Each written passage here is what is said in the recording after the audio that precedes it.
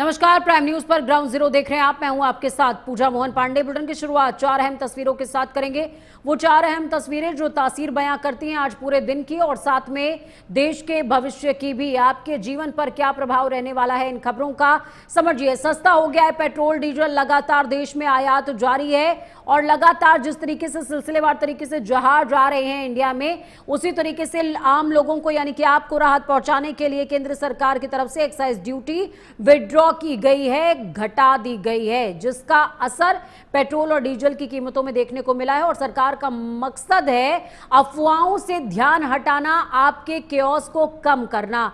तो वो कोशिश हुई है और ये लगता है कि अब आप भी योगदान देंगे। खबरों में जब आगे बढ़ेंगे तो उत्तर प्रदेश का जिक्र होगा। उत्तर प्रदेश में पुट एआई डील रद्द हो चुकी है। ये 200 करोड़ के करीब का एमओयू था जो कि साइन भी हो चुका था, लेकिन फिलहाल ये डील एआई डील थी जो कि रद्द हो गई है।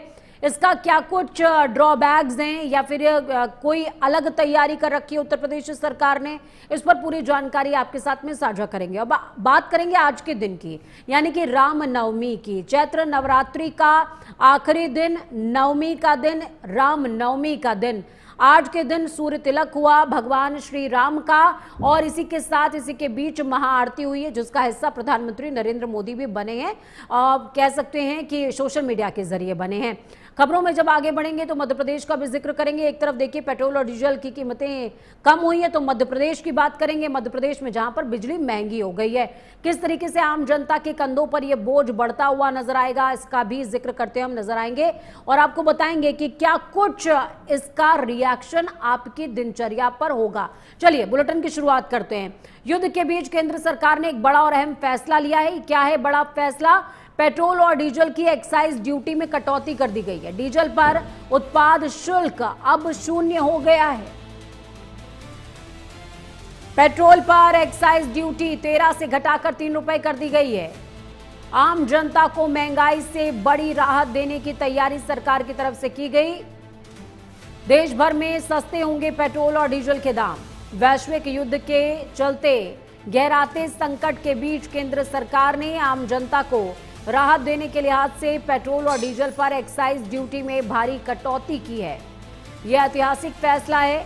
नई दरों के तहत डीजल का उत्पाद शुल्क पूरी तरीके से खत्म कर दिया गया है, जो कि 0 होगा, जबकि पेट्रोल पर इसे 13 रुपए से घटाकर मात्र 3 रुपए किया गया है। जहां सरकार इसे महंगाई पर लगाम लगाने वाला कदम बता रही है, तो वहीं इस कटौती को लेकर अब देश में सियासत भी हाई हो गई है।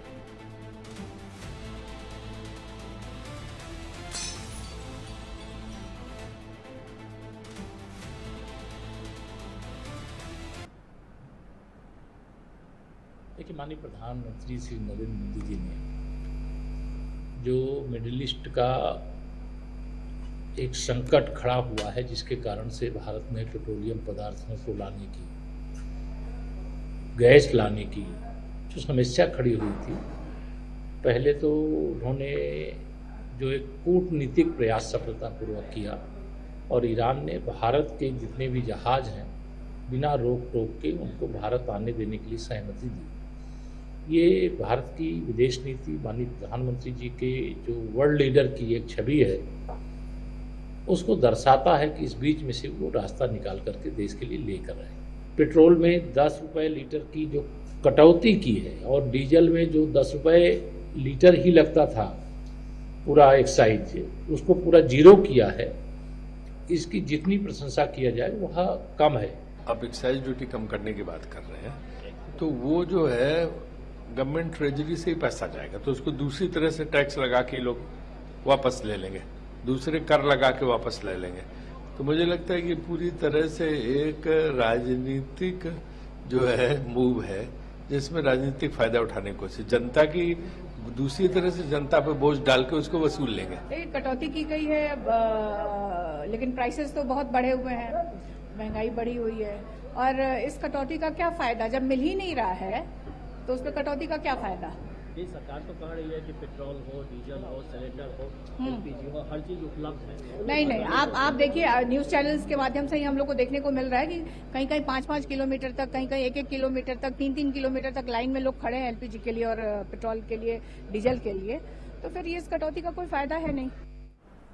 इस खबर पर ज्यादा जानकारी के लिए स्तुति पाठक ग्राउंड जीरो से लाइव जुड़ गई हमारे साथ में। स्तुति, देखिए एक तरफ केंद्र सरकार लगातार कोशिशें कर रही है कि जो कियोस्क क्रिएट हुआ है ग्राउंड पर उसको कम किया जाए, लोगों के बीच में ये मैसेज जाए कि सरकार अपने वादों पर खरी उतरने का पूरा प्रयास कर रही है, और जो अफवाह फैलाई जा रही है कि कमी बेसी है, अगर चीजों की कमी बेसी होगी तो चीजों के दाम बढ़ेंगे, लेकिन यहां पर सरकार दाम कम करके ये मैसेज देना चाह रही है कि कोई कमी नहीं है, आप अफवाहों में ना आइए। लेकिन दूसरी तरफ विपक्ष भी है, विपक्ष लगातार प्रहार कर रहा है, निशाना साध रहा है और किसी भी तरीके से साथ देने को तैयार नहीं।